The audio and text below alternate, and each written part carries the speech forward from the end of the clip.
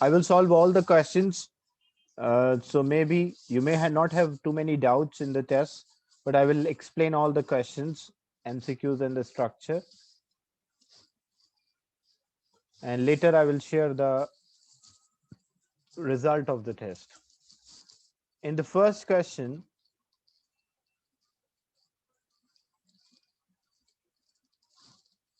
they're asking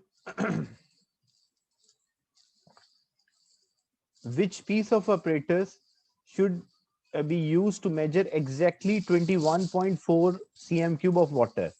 Look, whenever the instrument which is accurate to 0.1 centimeter cube is burette, because the smallest value which a burette can record is 0.1 cm cube. For beaker, normally like what we have, if we have 25 cm cube of beaker, the whole numbers are there like 25, 50, 75. So beaker will not be accurate. A pipette, a 25 cm cube pipette, a pipette is having only one marking. So a pipette cannot be used to measure variable volumes. It can only be used to measure a specific volume, which is 25 cm cube or 50 cm cube. But if, for example, if you want to measure 21.4, a pipette is having only one marking, that's 25. So we cannot use a pipette, so it cannot be an answer. A measuring cylinder is accurate to 1 cm cube. So if you want to measure, like example 22, 23, then measuring cylinder can be used. But here, if we are using a 50 cm cube measuring cylinder, it will not have like 21.4. There will be no marking. The only instrument which will have a marking of 0.1, like it will have 21, 21.1, 2, 3, 4, and so on. That is burette. So a 50 cm cube burette can be used. 50 cm cube burette means maximum it can measure 50, but the smallest value which a burette is having, a least count, is 0.1 centimeter cube. So that's why C is the right answer. In the next question, a solution of iron 3 sulfate react with sodium hydroxide to form a red-brown precipitate. What is the balance equation? Include the state symbol for this reaction. So first thing, they mention a solution. If something is a solution, means it is dissolved in water. So you can identify, so either A can be answer or C can be answer. B and D cannot be an answer. Why B and D cannot be an answer? Because in B it is a liquid. In iron sulfate, it's also D also it's given liquid. But they already mentioned a solution. So solution means it is mixed in water. Then the second thing, what will be the formula for iron 3 sulfate? So Fe is plus 2 and sulfate SO4, sorry, Fe is plus 3 because iron 3 they mention. And sulfate is SO4 with a charge minus 2. So cross multiply. When you cross multiply, so what will be the correct formula for iron 3 sulfate? The correct formula for iron 3 sulfate will be Fe2 SO4 in a bracket 3.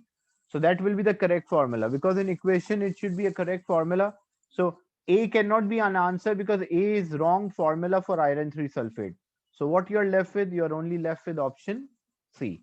So iron 3 sulfate react with sodium hydroxide, produce iron 3 hydroxide and sodium sulfate.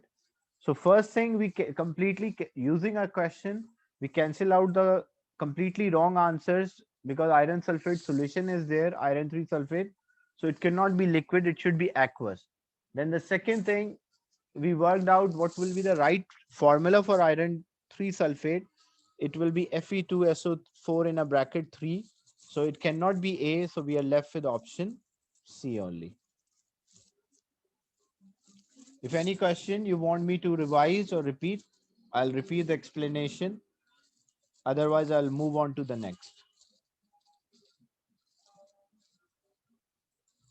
The graph shows how the pH of a solution changes as an acid is added to an alkali. So first, what we are doing, we are adding an acid to an alkali. Which letter represent the area of a graph where both acid and salt are present? Look, if acid is present, it means the pH should be less than 7. So A pH more than 7, B pH more, C also pH more. So D is the only option where the pH is less than 7, because I mentioned both acid will be there and salt. What is the meaning both acid and salt? It means the alkali should be used up and you're left with acid, extra acid or excess of acid and salt. So the pH less than 7 should be there because we are left with acid and salt.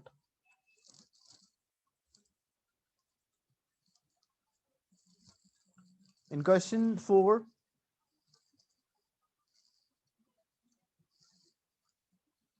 which statement describe weak acid? So first thing, the definition of acid. Acids are proton donors. So A cannot be an answer, B cannot be an answer. You're left with C. So C can be answer or D. But then they say weak. What is the definition of weak? It ionize or break down partially. If it was the same question, but if they ask a strong acid, then strong acids they ionize fully. So C is the definition for a strong acid. And D is the definition for weak acid. Weak means they ionize partially, and acid means they are proton donors.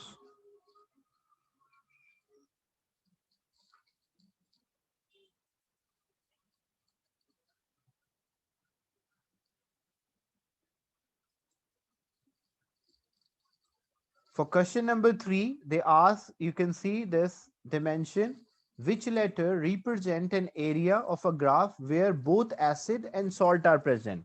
So if acid is present, what should be the pH? The pH should be less than 7. So which point we have pH less than 7? So the only point where the pH is less than 7 is D. So A, B and C, it means the solution is alkaline. D is the point where the solution is acidic. So we have acid, that's why the pH should be less than 7. If you have any acid present, the pH should be less than 7. If alkaline solution, pH should be more than 7.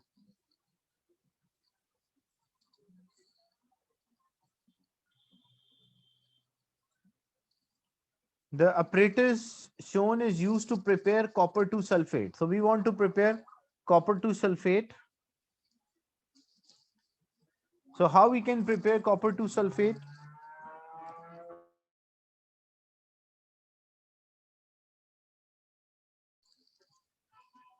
So first, if you check, basically we add a solid. We add a solid to a solution or a liquid, and then we filter, remove the excess, and the copper sulfate is formed.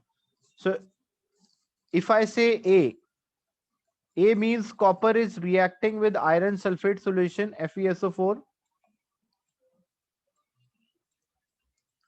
But the problem here, because copper is less reactive than iron, so copper cannot displace this iron. So A cannot be used to prepare this copper salt. Because copper is less reactive, so it cannot displace iron. So it will not form iron and copper sulfate. So this cannot be, A cannot be used. Then what about B? A copper 2 chloride mixed with sulfuric acid.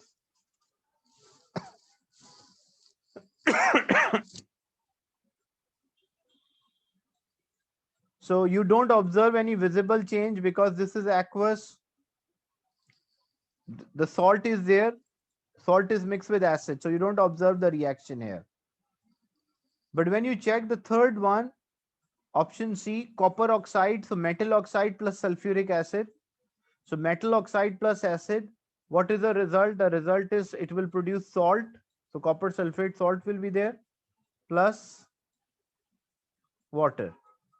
When metal oxide mixed with acid, it will give salt and water. So copper oxide mixed with sulfuric acid give copper sulfate. So that's why you have a copper sulfate, and unreacted copper oxide will be left on the filter paper. So the right option is C. And sulfur plus copper chloride, again, the non-metal with salt, there is no reaction.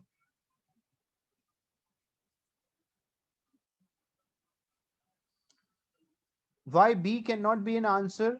Because what you have a react, learn the method of preparing salt, how we can prepare a salt. If you want to prepare a soluble salt, so the methods are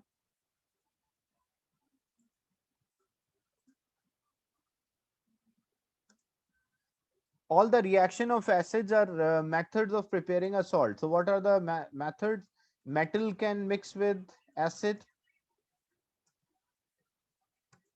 metal oxide can mix with acid, metal carbonate can be mixed with acid, and metal hydroxide or alkali can be mixed with acid. These are the methods of preparing the soluble salts. So first method is a displacement reaction, but this displacement will not occur because a metal is there with a salt solution. The second method, if you check option B, it's a salt with acid, and you don't find a reaction of acid with salt. So there will be no reaction occur between them, because acid can react with metal, metal oxide, metal carbonate, or metal hydroxide. That's why option B cannot be an answer. Option C is a metal oxide react with acid, and you can use this method to prepare a salt. That's why C is the correct answer.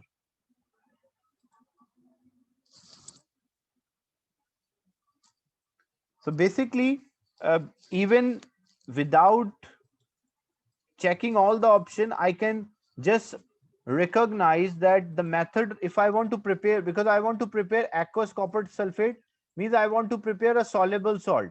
And what are the methods of preparing soluble salt? Metal plus acid, metal oxide plus acid, metal carbonate plus acid, or metal hydroxide plus acid. So check which one is matches. So only option which is having a metal oxide plus acid, that is option C. So that's why C will be the correct answer to prepare a soluble salt.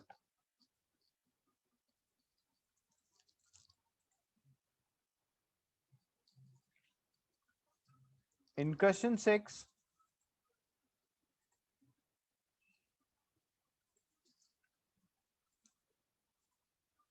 lead 2 sulfate is insoluble. So when we are preparing insoluble salt, so the method is called ionic precipitation. We mix salt solution,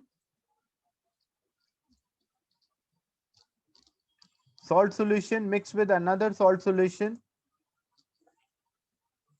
This will result in a formation of insoluble salt plus salt solution. Another salt solution will be there.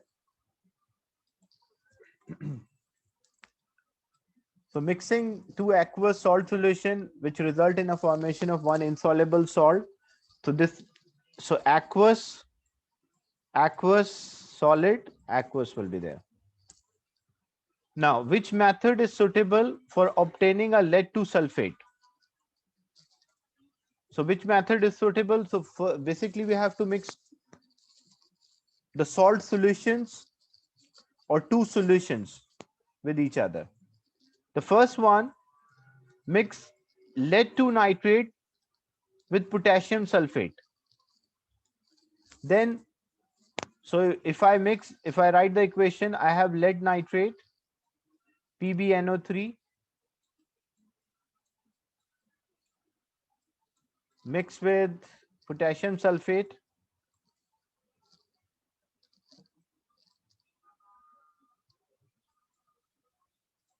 I'll write the equation for each.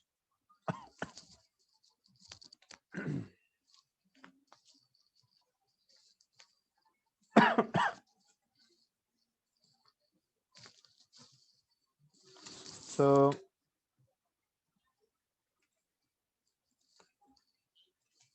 If I have lead 2 nitrate, PbNO3 plus potassium sulfate, it will give lead sulfate, lead 2 sulfate plus potassium nitrate. So this is aqueous, aqueous, solid, aqueous. So a solid will be there. So mix aqueous lead 2 nitrate with potassium sulfate, but we don't obtain the, because what will happen when I mix the two solutions with each other, what it will result in a formation of a solution. There will be one salt solution will be there,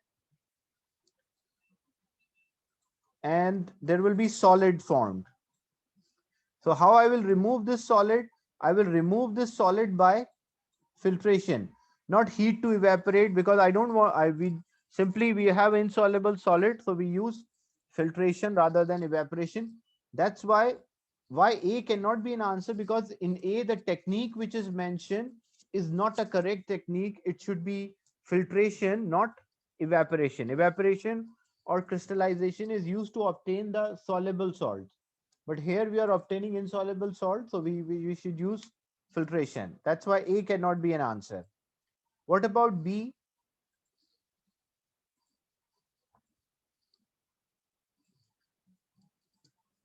So mix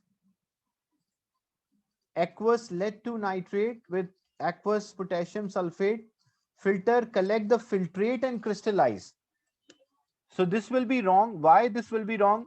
Because this will result in a formation, as there's a reaction between potassium sulfate and as there's a reaction between lead nitrate and potassium sulfate. So when lead nitrate, when this lead nitrate will react with potassium sulfate, this will form lead sulfate plus potassium nitrate. So aqueous, all nitrates are soluble, group 1s are all aqueous, solid and aqueous. So when I filter it off, like I have a solution in which I have lead sulfate, this is lead sulfate. But when I filter, so on the filter paper, I'm left with lead sulfate, which is a residue. And what is passed through that the filtrate, what will be that filtrate? It will be potassium nitrate. So what they're saying filter, then collect the filtrate and crystallize. But if I crystallize the filtrate, I will not get lead sulfate, I will get potassium nitrate. So again, the technique which is mentioned to obtain lead sulfate, it is filter, but we don't collect the filtrate, we basically take the residue. That's why option B cannot be a right answer. The third one, lead nitrate mixed with sulfuric acid. So the ionic precipitation means when you mix two solutions with each other, it can be a salt solution, even acid can also be, because acids are aqueous, so we can use that as well. So if we have lead nitrate, lead 2 nitrate plus sulfuric acid, aqueous sulfuric acid, this will result in a formation of a lead sulfate plus HNO3. So you can see this will be aqueous, aqueous, solid, aqueous. So when I filter it off, I'll get lead sulfate. And so filter, then wash and dry the residue. Residue, the insoluble solid will be the residue. So we will filter it and then we will wash it and then dry. That's why option C will be the right answer. This is how we obtain insoluble salts from by mixing two solutions. It can be a salt solution, it can be an acid, mixing of salt solution with another acid. The concept is there should be insoluble solid form, so we can filter, then wash and then dry it.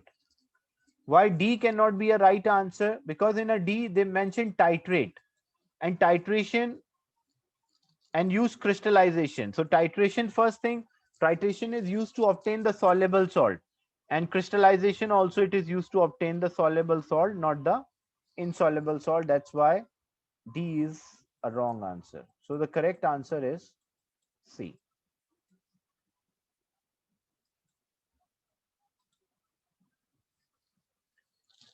In question 7, group 1 lithium, sodium, potassium is reacted with group 7 chlorine, bromine or iodine. Which compound is formed when group 1 metal of highest density react with group 7 of the lowest density? So basically you have to check the density, how the variation of a density occur as we go down.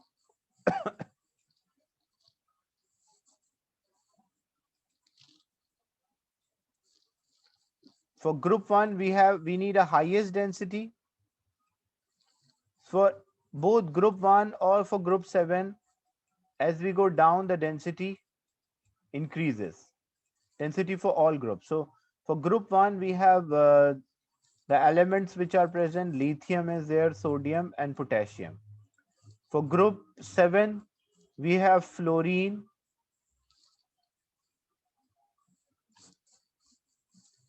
we have chlorine, bromine and iodine.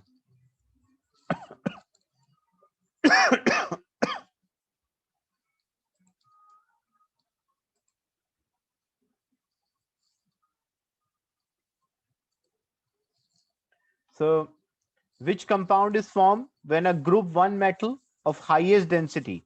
So as we go down the group, the density is increasing, react with the group 7 of the lowest density. So the highest density will be potassium and lowest density fluorine, chlorine, bromine or iodine. But here we have chlorine or an iodine. So lower density will be chlorine.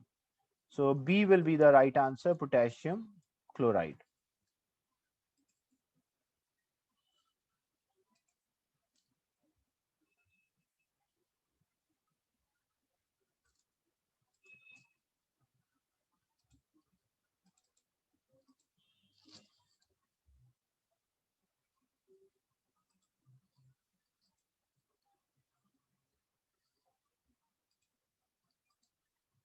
Then question 8, the properties of element titanium can be predicted from its position in the periodic table. Which row identify the properties of the titanium? Because it's the proper predict from its position in the periodic.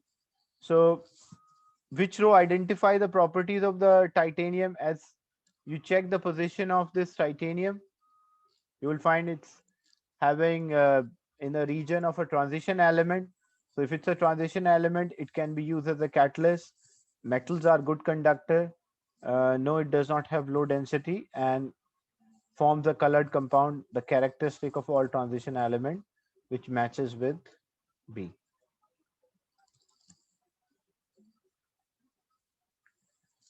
In question 9, a balloon is filled with a helium. Helium is a noble gas and make the balloon rise up in air. The density of air is 1.23. So because it is rising up, so it's first thing, its density should be lower than of air. So C and D cannot be an answer. And it is noble gas. Noble gas does not react with atmosphere, the surrounding. That's why B is a right answer.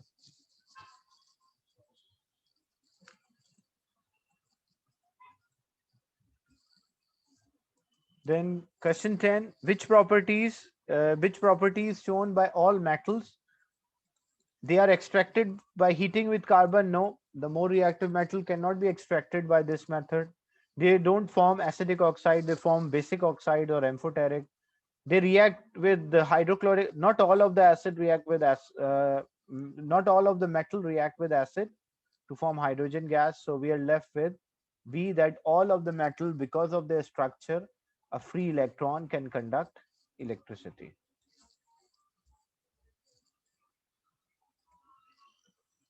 In the structure question now, the symbol of the element in period 2 of a periodic table are shown. So these are elements from period 2: lithium, beryllium, boron, carbon, nitrogen, oxygen, fluorine, and neon.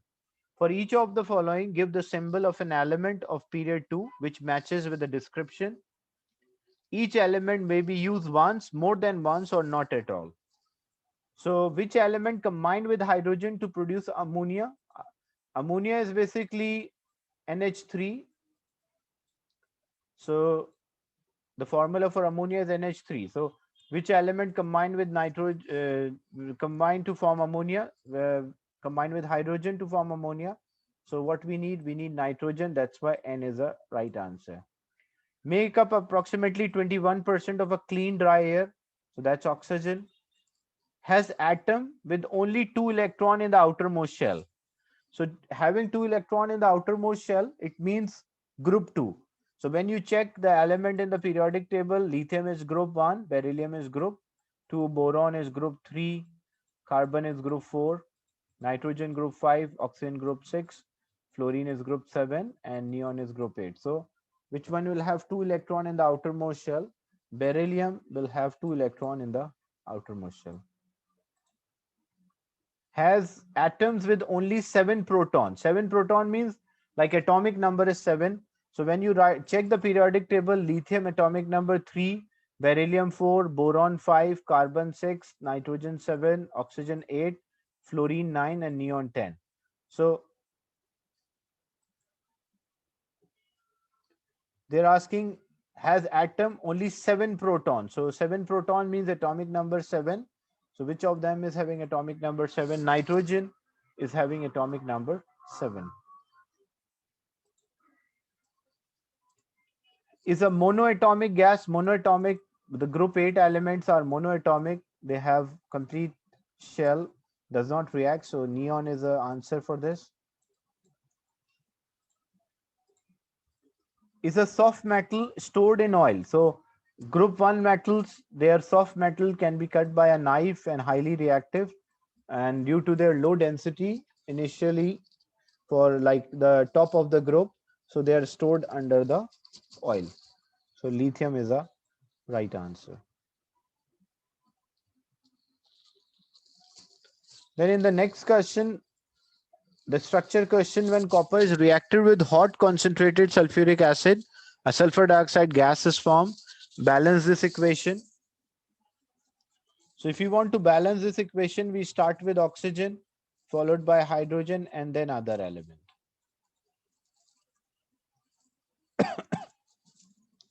So basically, we have to balance this, or try to balance the oxygen. So we have 2,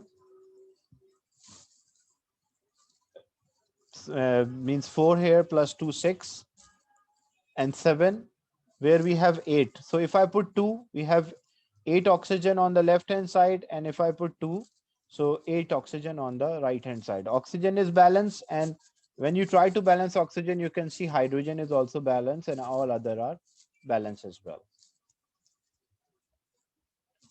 Then this is related to the tests for the gases. Sulfur dioxide is a reducing agent. Reducing agent means the substance which reduce the other chain charge. Give the color change occur when excess of sulfur dioxide is bubbled through acidified potassium manganate 7. Actually, this acidified potassium manganate 7 is a test for sulfur dioxide. So original color is purple. Pink is acceptable, but it is purple. And the final is colorless. So it will change from purple to colorless.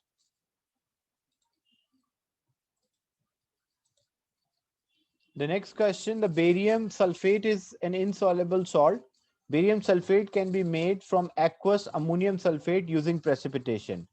Name the solution that can be added to aqueous ammonium sulfate to produce the precipitate of barium sulfate.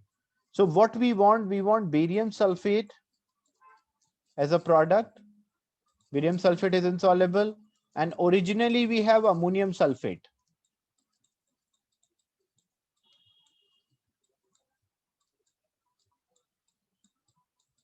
So what else should be added? We have ammonium sulfate. We want a barium sulfate.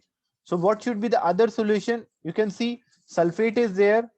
So what I need barium, and I need a soluble salt, because mixing two soluble salts or mixing the acids with salt solution result in a formation of insoluble salt. So what I can have barium nitrate. Why specifically I select a barium nitrate? Because all nitrates are soluble. So I need a soluble substance. So what else should be there if I want to prepare barium sulfate? Because basically what happened, barium will take position of ammonium.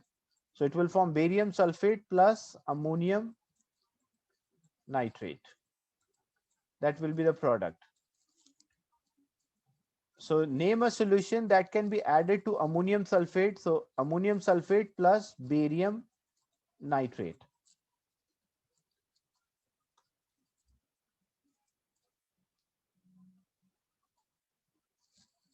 Then write an ionic equation. So if you want an ionic equation, if this was the original equation,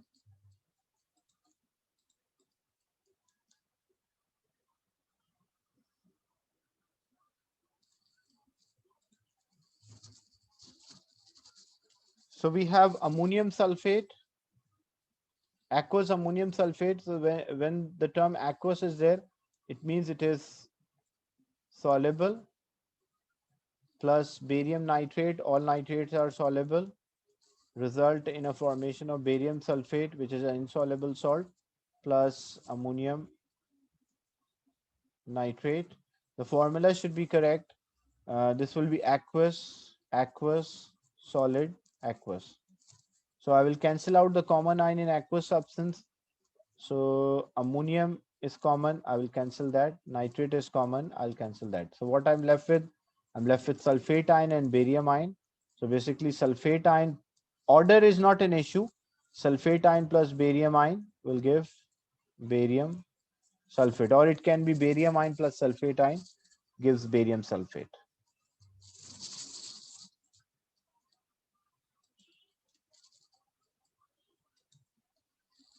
In the next question, complete the table following table by writing a reaction or no reaction in the space provided. Magnesium is forming a basic oxide, so basic oxide can react with acid, but they don't react with an alkali or base. Amphoteric oxide can react with acid as well as alkali. So you will just write reaction, no reaction, and reaction, reaction. This is a characteristic or the property of the oxide. In the next question, there are three methods of preparing salts. Number one, you can use a burette and indicator. This method is used when acid is reacting with an alkali. So acid plus alkali, you will use method A. Mix two solutions and obtain a salt by precipitation. This is a method to prepare insoluble salt. If I want to prepare an insoluble salt, I will use this method. Add an excess of base or metal and remove excess by filtration. This is also a method which is used to prepare a soluble salt when acid is reacting with metal or metal oxide. Result in a formation of salt and water. So in the question, for each of the following salt preparation, choose one of the method, like you will mention method A, B, C, and then additional reagent. Reagent means the chemical which you need for that reaction. Then write or complete the equation. Either you have to write the equation or complete the equation. So first one, a soluble salt zinc sulfate from insoluble base zinc oxide. So if we want to prepare a soluble salt, method A is for soluble salt, method B is for C is for soluble, and method B is for insoluble. So it cannot be B, it can be A or it can be C. But then what we are preparing, insoluble base. Insoluble base means the base which does not dissolve. So burette is used for soluble bases like alkalis. So it cannot be A. So the method which we will select is C. Is it clear why we select a method C? Because We want to prepare a soluble salt. Soluble salt can only be prepared by four reaction. What are the four reaction? Acid plus metal, acid plus metal oxide, acid plus metal carbonate,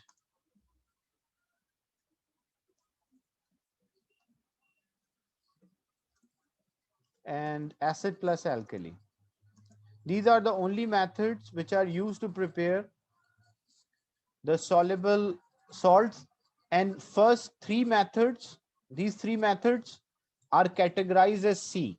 They mention this is C. And acid plus alkali, that's A. So soluble salt, we want to prepare zinc sulfate, but insoluble base, zinc oxide. So A cannot be an answer because A is when acid react with an alkali. This is known as titration method. That's why C is the right answer. Then the next part,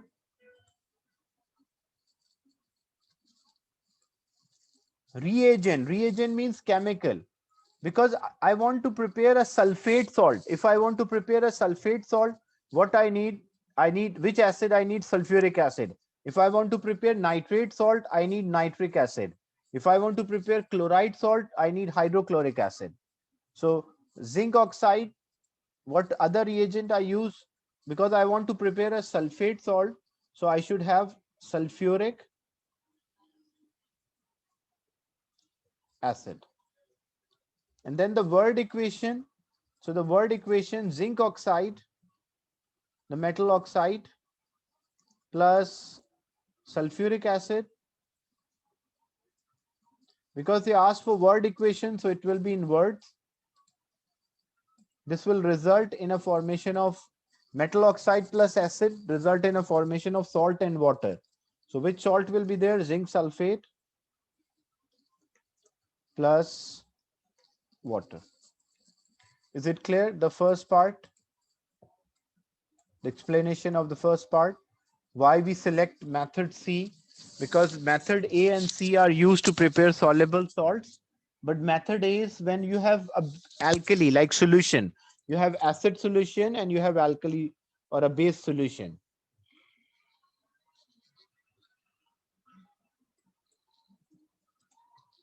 The second one, soluble salt potassium chloride from soluble base or alkali. So acid base reaction, which of them is acid base reaction when you acid or alkali reaction? So method A is, because when acid is reacting with an alkali, so the method A will be there. there. Then the reagent, because you're preparing potassium hydroxide is there. So if I have potassium hydroxide, I want to prepare potassium chloride. If I want to prepare a chloride salt, soluble chloride salt, so which acid is suitable?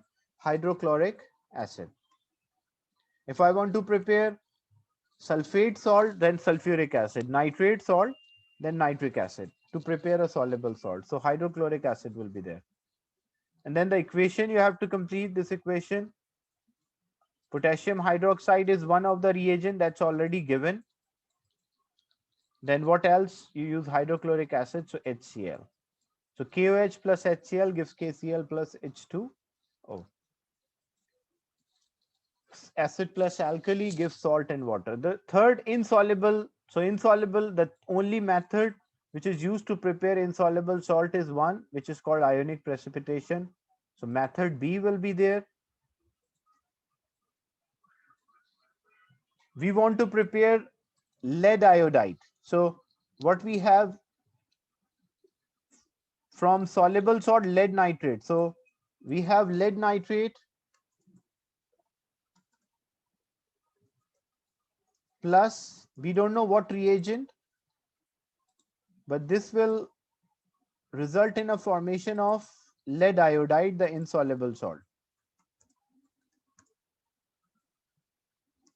So if I need a soluble salt, and we know group 1 salts are all soluble. So what I can select? I can select sodium iodide. So this will result in a formation of lead nitrate is reacting with sodium iodide. So lead will take position of sodium, sodium will take position of lead. This will result in a formation of sodium nitrate plus lead iodide.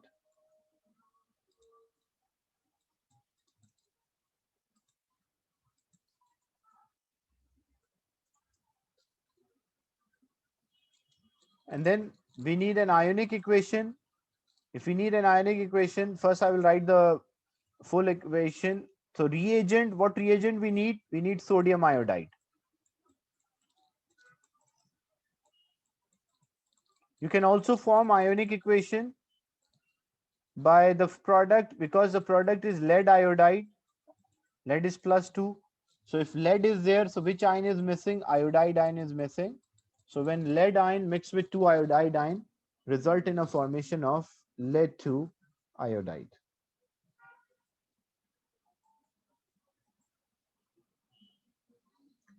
The next question, for each of the following, name an element which matches with the description.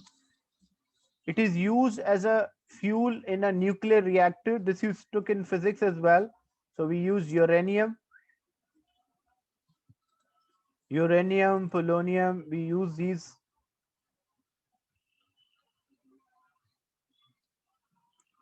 as a nuclear fuel.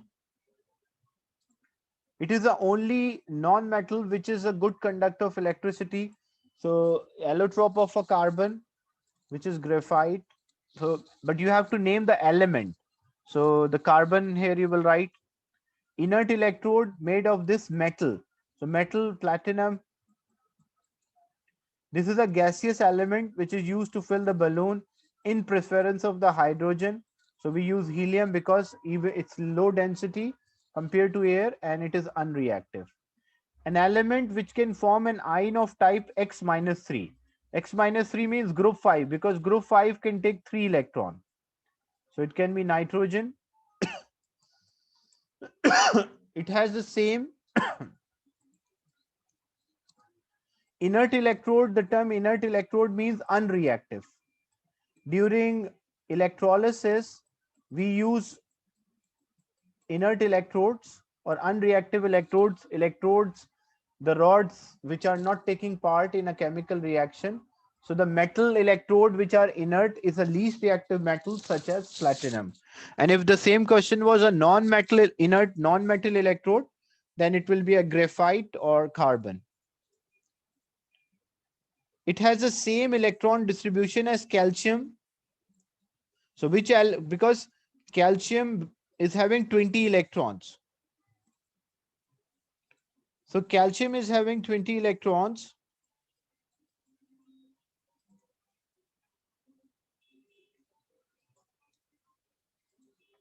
Here you can write any group 5 element. You can write phosphorus as well, because they asked for just like from each name the element which matches the description. So they did not specify which period.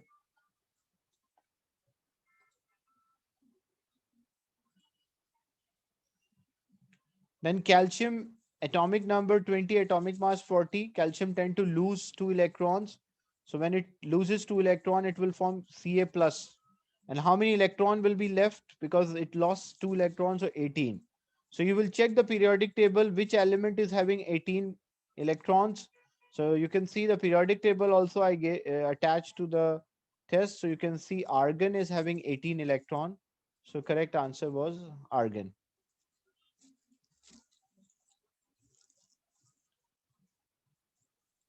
And then element in a period 5 and group 6. So you have to check period 5 and group 6. So period 5, I have to zoom out for this. So when you check the period, this is period 1.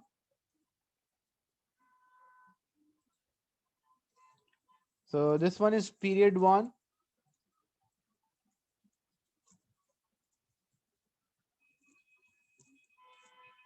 Period 2. period 3, period 4, and period 5. And group 6, so which one it intersect with? Because we need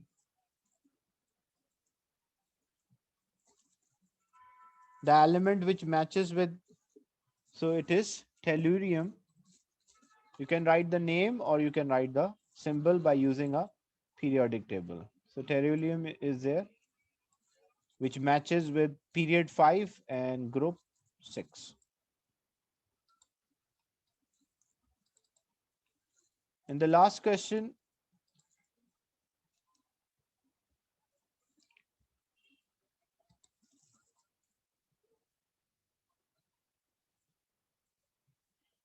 in the question in part F, you cannot mention magnesium. Why you cannot mention magnesium? Because they ask same electron distribution. The term same electron distribution means it should have same number of electrons. So if you write magnesium atom, magnesium is 12. So it has 2, 8, and 2 means 12 electrons. But calcium plus 2 ion is having 18 electrons. So they don't have the same. Even if you write magnesium ion, if you try to write the magnesium ion will have 10 electrons. So that's also wrong. But you can write potassium.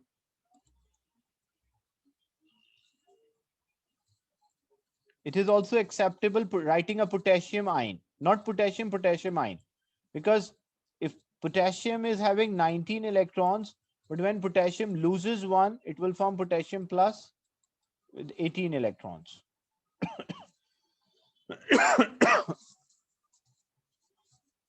So you can mention potassium ion or you can mention argon, but better, because if you check the first question, in the first question they mention the name the element.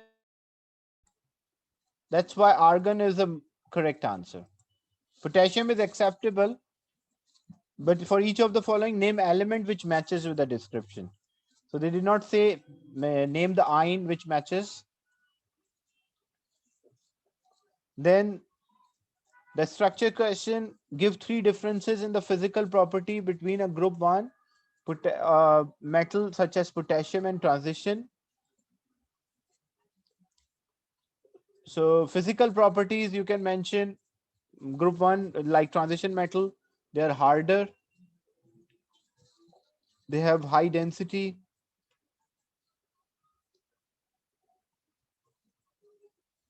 stronger.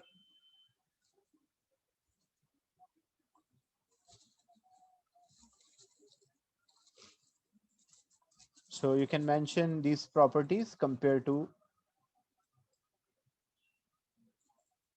group 1.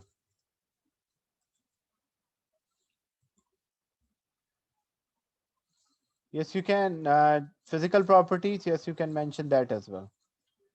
High melting and boiling point.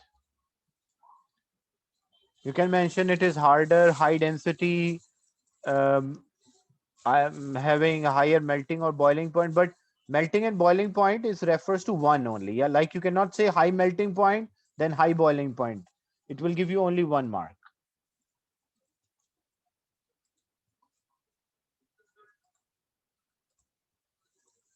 So this was the test. Any question you want me to repeat? The test was acid, alkali, and salt. Alkali, salt, and the periodic table.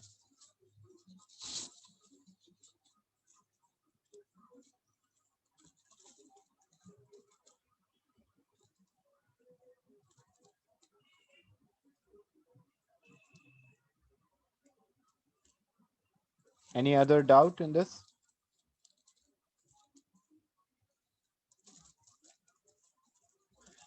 Acid and salt reactions are there, but the thing is, look, for example, there are some reactions of acid with salt, but that will result in a formation of insoluble solid, like insoluble salt. Acid can react with some salt solution. Like for example, you have say barium nitrate. So barium nitrate is a salt, aqueous. React with sulfuric acid. Sulfuric acid is also aqueous. What happened? Hydrogen will take position of barium. Barium will take position of hydrogen. So it will form barium sulfate plus hydrogen nitrate or nitric acid. So this barium sulfate is insoluble salt. So this insoluble salt can be removed by filtration. But with normally, like, why the soluble salt, you cannot prepare the salt by this method. Example, if you have, say, calcium chloride, most chlorides are soluble except silver, mercury, and lead. So you have calcium chloride, which is aqueous, and it reacts with nitric acid, HNO3, which is also aqueous. When they react with each other, example, it formed calcium nitrate. I did not balance the equation. Calcium nitrate, which is also aqueous, and it will form hydrogen chloride, which is also aqueous. So how you can separate the two solutions from each other, aqueous solutions from each other? So this technique cannot be used because this will result in a formation of two aqueous substances. That's why this technique cannot be used to separate the salt out from the mixture. So the technique which we use is acid react with salt solution for insoluble salts, not for soluble salts. Is it clear? Yes, sir.